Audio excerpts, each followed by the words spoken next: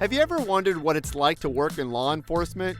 Here on Behind the Star, we share stories about the Orange County Sheriff's Office, Central Florida's largest law enforcement agency. From forensics to dispatch to the deputies on patrol, we'll talk to the brave men and women who protect our community. This is Behind the Star, the official podcast of the Orange County Sheriff's Office. Welcome to Behind the Star, the official podcast of the Orange County Sheriff's Office. My name is Jon Busdeker, your host here at Behind the Star. And yes, I am the storyteller here at the Sheriff's Office. And if you can, follow us on Facebook, follow us on Instagram, follow us on Twitter. And if you missed any of our previous episodes of Behind the Star, go subscribe to us on iTunes or Google Play or wherever you get your favorite podcasts. You can kind of catch up to where we are today, but you don't have to listen to them in order. You can kind of skip around a little bit. I try to feature different people and different jobs here at the Sheriff's Office, and I'm excited today because we recently did a video with this this section, and it's up on our Facebook page. It's up on our YouTube page as well. We did a whole video on de-escalation training in the simulator, so go check that out. But I'm here with Corporal Sebastian Santos. He's in the Field Training and Evaluation Unit. Welcome to Behind the Star. Thank you, John. All right, well, we're glad to have you because, as I said, I was out there at the training simulator the other day, which is out at Valencia College East. We have a School of Public Safety. We have a whole training simulator there, which is really, really cool. So as I said, go check out that video, but I know you do more than simulation training, so we're going to get to that. So why don't you explain, why don't you start off, what exactly is field training and evaluation? So the field training and evaluation program consists of the initial 9-week training program for all of our new hires. And then it also encapsulates the 14-week field training program where they're actually out on the road answering calls with a trainer in the field. So let's sort of dissect that a little bit. So let's say I get hired here at the Orange County Sheriff's Office. I've gone through the academy, correct? Correct. So after I've gone through the academy, which takes 4 or 5 months, I believe. Yes. And that's like every day you're working out, you're doing push-ups, you're studying, and you're doing all the stuff to become a law enforcement officer. Once you've been hired and sworn in, there's still more training to go through. Oh, absolutely. The training never really stops. Okay. But yes, once you are hired with the Sheriff's Office for a sworn position, you will begin that 9-week in-house training program where we cover everything from our paperwork, how to write the correct form, our computer systems, how to type a report, all the way to driving a police vehicle, emergency response, how to handle a hot call, and all of our firearms qualifications, all of our weapons training, the taser, the spray, the baton, all of that training is encapsulated in that 9-week program. So this is all in addition to the 4 or 5 months that you've already done for the academy. The first 9 weeks, at least, it sounds like it's more geared toward how we do things here at the Orange County Sheriff's Office, maybe compared to how the Orlando Police Department or the Castleberry Police Department or somewhere else in the country would do it. The first 9 weeks is how we do it our way.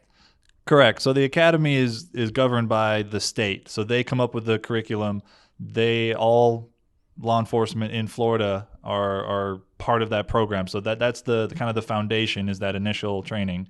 When you come to the Sheriff's Office, we, like you said, we teach them our way. We show them our forms, our computer system, because computer systems can be different. Mapping programs are different.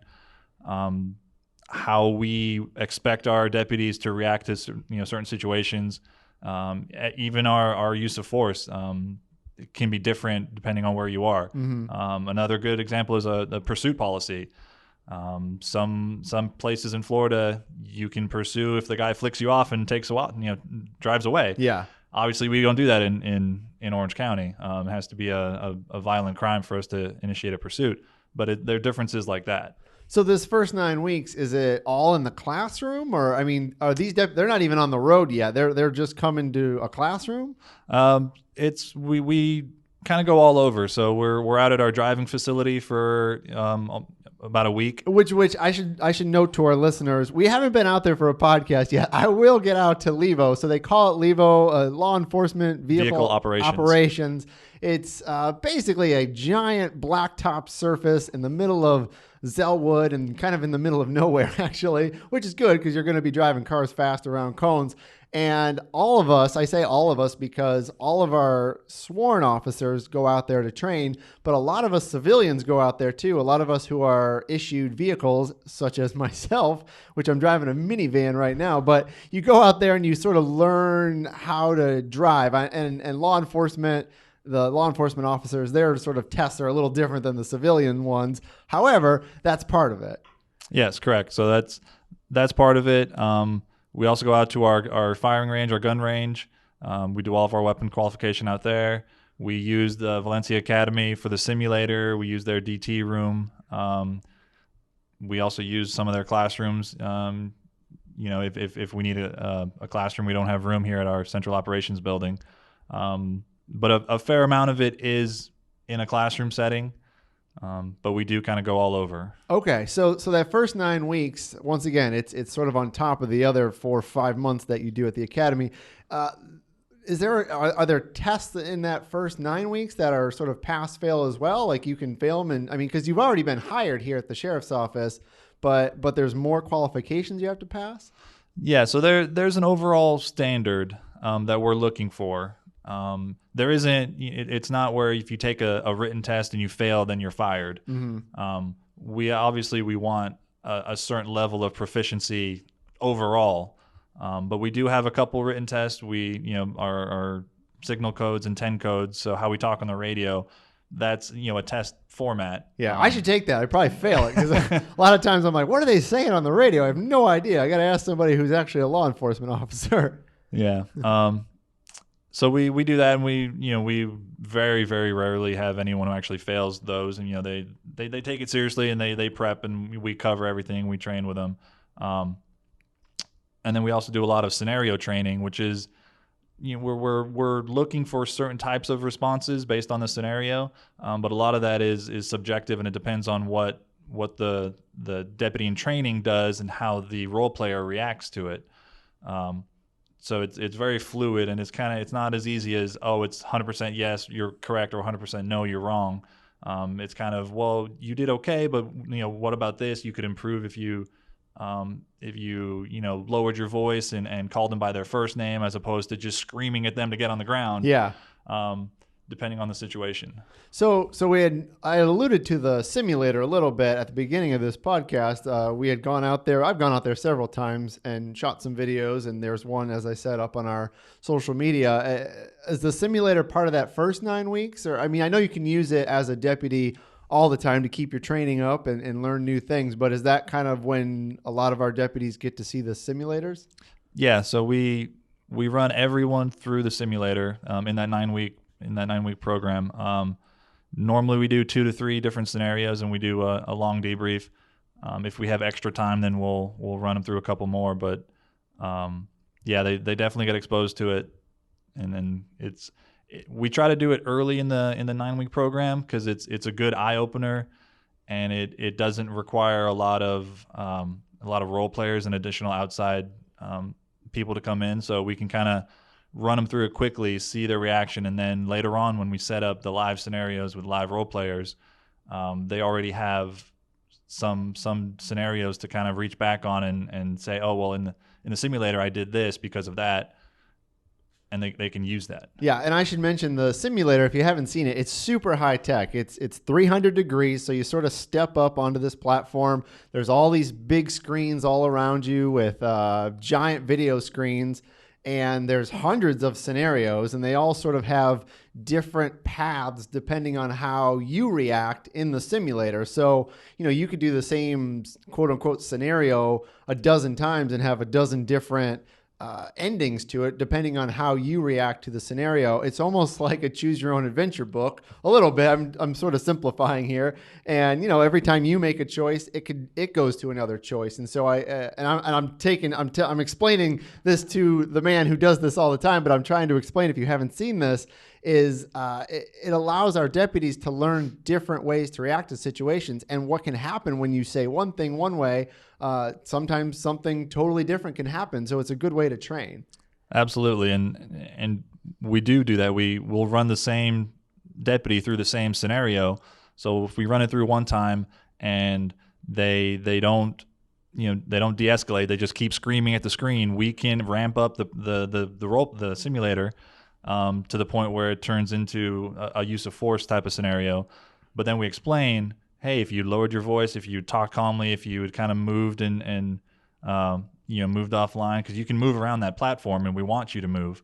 The outcome could be different. And then we run it through it again, and then they, if they follow our instruction, we can change the ending and show them how different, same exact call initially could have totally different outcomes. Yeah, and the scenarios vary greatly. I mean, there's one where a gentleman he's fired from his job and he has a gun to his head, and you have to sort of talk him down, or maybe he walks into his place of business and you have to react to that. There's a school shooting that I've seen. There's a man who has a baby that might throw it off a bridge. And so all different things that deputies have to train on.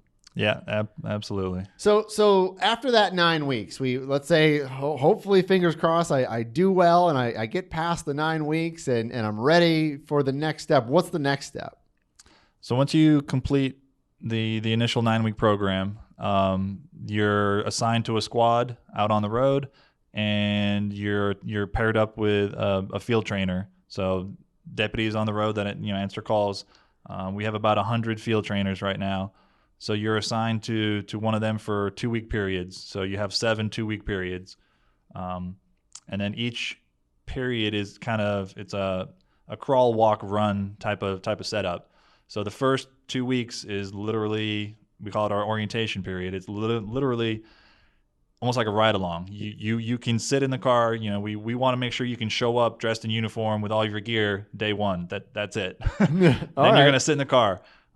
If you have prior experience, because we do hire quite a few people that have prior experience, we kind of rush them through the orientation and let them start getting on the radio, let them start driving, let them start interacting with people.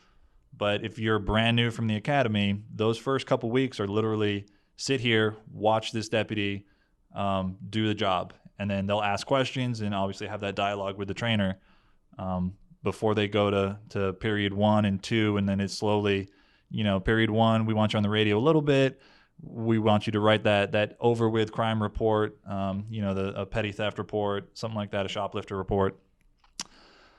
And then 2 and 3, and then by period 4, you're pretty much doing everything. And then period 5 and our final one, the check ride, you're doing everything. The trainer is going to be there to make sure you don't injure yourself, make sure you don't violate policy, violate someone's rights. But it's all on you. You're driving down the road. If you want to go left, you turn left, and the trainer's just along for the ride. Do they have so during that period and maybe towards the end of it, that the deputy has gone through several weeks and they've sort of done each, like you said, 2-week period, and they get toward the end, is the field trainer, do they just have like a checklist and they're like, all right, he or she's doing a good job here, they need to work on this, and then at the end of that 14 weeks they sort of see how they did and then they're ready for the road? Or and can they go back and they say, you know what, you're great at this and this, but we need to work on this and this, we need 2, 3, 4 more weeks of training? So we do have an overall checklist of kind of everything that we want the trainer or the trainee to be exposed to. Simple stuff like, have they seen this form? Have they been to the courthouse? Have they been to the jail? Have they, do they know where this stuff is in Orange County? All the way up to, have they answered an in-progress armed robbery call, for example? All of that is listed and it's checked off and explained or practiced. On top of that, we also do a daily observation report. So every single shift, the FTO does a report on what they did, how well they did, what areas they need improvement on. Mm-hmm. If they go to a call for the first time, they'll document that, hey, this was the first time they did it. They did really well, in A, B, and C, but they did not do well in D, E, and F. And then when they go to the next FTO, the FTO can look at those previous DORs, see what they've done, and judge the progression or lack of progression of the trainee. If they progress well, they'll go through the 7 periods and become a solo deputy. If they struggle, which happens sometimes, We do have 3 extensions built in, so 3 additional 2-week periods. So an additional month and a half of training is available to them if they need just more time. They need to get exposed to more calls. So that's an option. And so really the ultimate goal is to get all of these deputies trained so they can ride by themselves and do this job by themselves. Because, you see a lot of times in TV and movies and all that, a cop or a deputy has a partner. But we here at the sheriff's office, we don't ride a lot with partners, do we? I mean, a lot of times, and correct me if I'm wrong, a lot of times deputies are out on their own in their own vehicle. Eventually they'll meet up at different calls, but they're usually not riding together during calls, correct? Yeah, that's correct. The majority of our uniform patrol, they ride one person per car. Mm-hmm. It's there are departments. I think it's more of a common theme, up north. Yeah, and probably more of an urban thing too. Like when I say urban, like densely packed cities like New York City or like Boston, it just might be a resources thing too. It's better to have 2 people in one car than with us. We have we're way more spread out, and there's probably a benefit of having more cars on the road because there's more presence then. Yeah, and a lot I don't know the percentages or numbers off the top of my head, but there are a fair amount of calls that it only requires 1 deputy. So in order to maximize our resources, we don't need 2 deputies going to go handle an over with call that there's no suspect there. They can go there, they can talk to the person, they can take the report, they can write the report while another deputy's out, being proactive and getting out and talking to people and doing traffic stops and stuff like that. So Corporal Santos, how did you end up here at the Orange County Sheriff's Office? How long have you been here, and how did you end up here? So I've been here almost 12 years. It'll be 12 years in October. I actually went to high school up in Illinois and then came down here to college. Where did you go to school? I got my undergrad at Florida State, and I got my master's at UCF. Oh, okay. All right. What do you have your master's in? And criminal justice. Okay. All right. And so so after you got your master's, did you come here to the sheriff's office, or were you working while you were going to school at UCF? So I was a loss prevention associate at Sears during my graduate studies. And then I got hired pretty much right after, a couple months after I graduated. And so I assume you went through the academy. Yep. Okay. And then you got hired. And then how long were you on the road?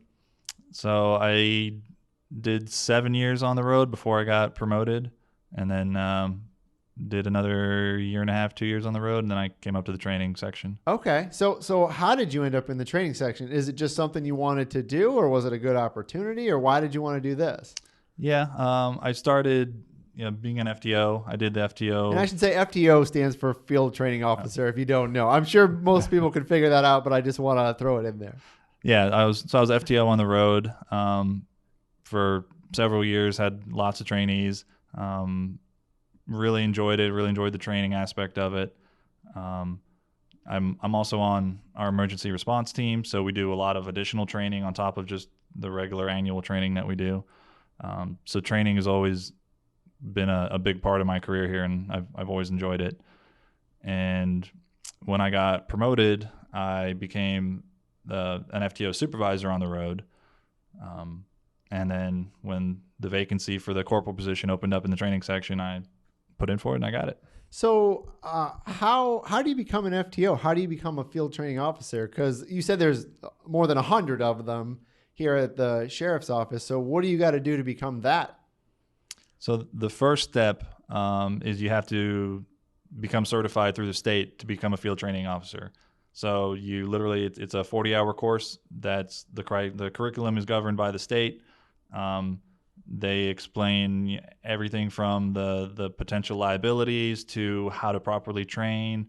Because we don't just train, brand new 20-year-olds. We train people of all ages and all races, all backgrounds, all you name it. We probably trained here at the sheriff's office. So a lot of it is talking about how to communicate with everyone as a trainer. So trying to explain something, and then if they don't understand the way you're explaining it, multiple ways to try to paint the same picture, if you would. Mm-hmm. once you complete the 40-hour course, we have some minimum criteria at the sheriff's office. You have to be a deputy for 2 years unless you have prior experience, stuff like that. And then there's a selection committee, basically, where you submit a resume, you submit a couple of your annual evaluations, and then a committee meets, including members of the training staff, and we go over all of their files, determine if they would be a good fit, if there are any issues. If there's any question or doubt, we'll contact the supervisors out on the road to see, hey, are you sure that this person should be training, etc. And then they're on the team. And then there's minimum stuff they have to do every year to maintain that certification. So I want to talk about training kind of specifically and kind of the idea behind training. I mean, obviously our deputies need to know how to do things and they need to know how to train. But I guess I'm curious about kind of who decides or how is it determined that, this is the proper training? And what I'm getting at is let's take a situation that's a de-escalation situation or just, anything that we do really as deputies. You're the person in charge. I mean, you're the one that has to tell this deputy, yes, you're doing it right. No, you're doing it wrong. How do you kind of know that this is the right way to do it? And how can you explain and say, okay, at this moment, you maybe should have done this, or maybe you should have done that? Is it just your knowledge because you have a master's degree in criminal justice, and is it because you've been on the road, you've dealt with maybe more situations than a new hire, or is there just like lots of theory out there that people say, when people are training, this is what you need to do because we've seen studies that if you do this, if you do A, B, and C will happen after it. Like how does training even sort of work, I guess? And the easy way to answer that is that it's a constantly evolving beast, if you would. What was the best practice 5 years ago is probably considered completely absolute and would get you thrown in jail in a heartbeat today. So we use our experience as trainers. We use our experience on the road. A lot of it comes back to, I remember this call that I went to and I relate it to the current situation. And then a lot of it is just the collective mindset. So yeah, I've got about 12 years experience, but if you combine my experience with the other deputies in my unit, my sergeant, my lieutenant, the other supervisors in the agency, and we put our collective minds together, we kind of come up with, hey, does this work better? Does this equipment work better? What's the best way to use, this piece of equipment? And like I said, it's constantly changing. We're constantly evaluating. We're constantly testing new equipment. And a lot of it is we go to classes. There are a lot of classes and there are a lot of discussions and even just, online webinars where they discuss, hey, we had this type of issue. Has anyone else, from another department? And not just locally, I assume. I mean, especially now with Zoom and everything, I'm sure you can talk to departments all over the world. Yep, all over the nation, all over the world. Because it's a lot of the issues are similar. There's a lot of commonalities, from East Coast to West Coast and wherever. But then we do have specific issues. In Florida, we have to worry about hurricanes and lightning and stuff like that, where it might not be as big of an issue in the middle of the desert, out west. Yeah.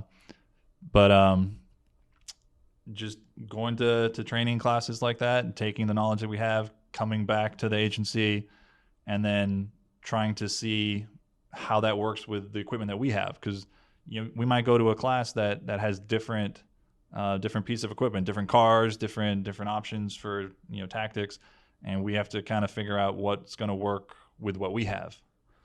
And you sort of alluded to this, that training evolves over time. And, like you said, things that were done 20 years ago or 5 years ago or 10 years ago, whatever, maybe aren't what we would do now. And so my question is like, what evolves? Is it the agency that evolves? Is it just the the community or the world or people's understanding or acceptance of what maybe is tolerable with an agency, and says, okay, we used to do it like this, but it's just, we can't do it like that no more because of this? Or is there also, we found a better way to do it? I mean, yeah, maybe we used to do it one way, but over time we've learned if we do it this other way, it's actually better for both the deputy or the law enforcement officer and the person that we're maybe arresting. It results in a better outcome.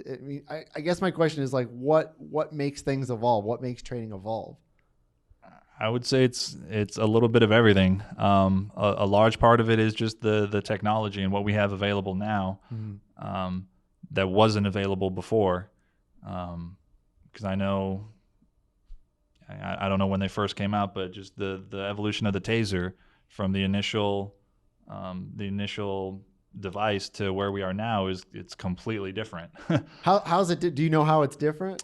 So just initially, we had it was just basically two wires, but they didn't connect very well, or the actual computer in it where it cycles the energy and how it cycles the energy was, it was the initial. It was like the first generation. Yeah, first generation of it, to where it is now, where the tasers that we have and that we're going to have two different bays. The cartridges are different. They're much more effective. The wire is much better, and the computer in it actually will sense how well it's connected, whether it's connected or not, and then depending on what the computer determines, it will control the amount of electricity that's being delivered. Okay, and so if you learned the first generation of taser, whatever, 5-10 years ago, things have changed a lot, and so now you might need to retrain because what you learned before has improved, it sounds like. Yeah, okay. Absolutely. All right. And then even moving on to just the ballistic protection that's available. Back in the day, you used to have the hard, heavy, steel plates, and now we have ceramics and stuff like that are much lighter, allow you to be much more mobile. So you can do different operations based on that as well. So I know I've never been on the field training. I haven't been out to watch that, but I have been to the simulator. And I know one of the key points when you're doing these simulations is to try to use the least amount of force possible to resolve a situation. And why is that? Why is that true? I mean, that's the ultimate goal. If I can show up and, whether it's a heated argument or whether there's a fight in progress, whatever the case may be, my ultimate goal is to kind of bring that calm back. And that's how I've always, looked at my job, is it's kind of, to use the Florida reference, the hurricane again. So, the hurricane, I show up on scene and everything's chaotic and crazy, but in the center of it is that eye, and it's nice and calm. That's what I'm trying to get to. So the sooner as I can and get people separated, as soon as I can calm the situation down, the better. If I don't have to use any force at all, if I can just talk to people, whether I'm yelling at them or whether I'm talking to them calmly, if that gets the job done, perfect. Yeah, that is the perfect scenario. And I think that was mentioned during the training that I watched was, believe it or not, your mouth can be the most powerful weapon, because you really can. You can talk people down. You can de-escalate a situation just by talking to somebody, whether calmly or not at first, but that's the ultimate goal, because you don't want to have to use force if you can help it. I mean, obviously there are times where you do, but it sounds like you train to try not to, but you're prepared to in case you have to. Yeah, absolutely. And it's the way that we explain it to our new hires that have, no experience in having to talk to people and yell at them and then potentially, grab them or use, pepper spray or a taser or something like that on them. Because that's not something that ordinary people do. That's not something that happens in everyday life. It's something that you have to be trained how to do properly. I know in one of the training scenarios, and this surprised me, because I just, I watch movies, I watch TV, I see what happens when there's somebody there who's maybe going to do something violent, but there's a scenario where there's somebody with a knife. And you think, oh my gosh, that person has a knife. They could stab somebody. They could stab me. They could throw it at me or something like that. But I had to learn that, okay, if you're right next to that person within, 2 feet, it's one thing because that person does have a deadly weapon and they can cause harm. But if there's 25 feet between you and that person and maybe a table and a dresser or something like that, yes, they have a knife. Yes, they can cause harm. However, for them to do that, they're going to have to do a lot of things to you. And so you don't have to automatically go for your use of deadly force because it's just a whole nother situation. Yeah. And that's, one of the hardest parts about training is there's so many different circumstances, and just one little nuance can change this scenario completely. Even just having a chair in between me and the person I'm talking to, the person has to either run around the chair or go over the chair, but that gives me more time to react, which is basically what it boils down to as far as the time and distance. What do you think is the most challenging part of training for new hires? I think it's just getting the mindset. It takes a lot of effort and a lot of work, certainly, to maintain that or to achieve that, the physical fitness that's required. And obviously there's the physical nature of using your weapons or driving a car, shooting a gun, all that. But the hardest part is just having that mindset, that mentality of this is going to be real in a few short weeks. This is going to be real. It's not going to be training. I've got to have that mindset of, am I capable? Am I willing to do what's needed, from showing up and talking to someone or using deadly force? You have to mentally prepare for that. What about the public? Is there anything you think that maybe they don't understand about training and what it takes to become a law enforcement officer? Yeah, I think I love a good cop action movie like anyone else, but people rely on what they've seen and what they've heard, and a lot of it is from movies and shows, and it's just not reality at all. Even Cops, the show where they just film law enforcement, there's I watch that show and I just look at it going, oh, they shouldn't be doing that. That's horrible tactics. Like, oh, the reason they're fighting now is because the officer did this and this and this wrong. And that's just my nature now, because I've been doing this and been a trainer for a while. But that's the hardest part, is just explaining, it's not a movie, it's not a show, it's like, this is the reality that we face. Mm-hmm. And that's hard. I mean, that's hard for, I think, a lot of people who aren't law enforcement officers or maybe don't know somebody. I mean, of course, you see a lot of things on the news or in movies and even, like you said, on quote unquote reality shows about that, but it's still a television show. And so, that isn't every single day, every single second of their job. And even when it is, as you said, sometimes those officers do the wrong thing. And every agency probably has different training tactics and different levels of training. And hopefully here, and it sounds like here, we do a lot and we're constantly doing it. I think that's an important thing to hit on too, that even after that 9 weeks, that 14 weeks, you're always available, and all these simulators and all this training is always available. Yeah, absolutely. We have the minimum amount of training that's required from the state.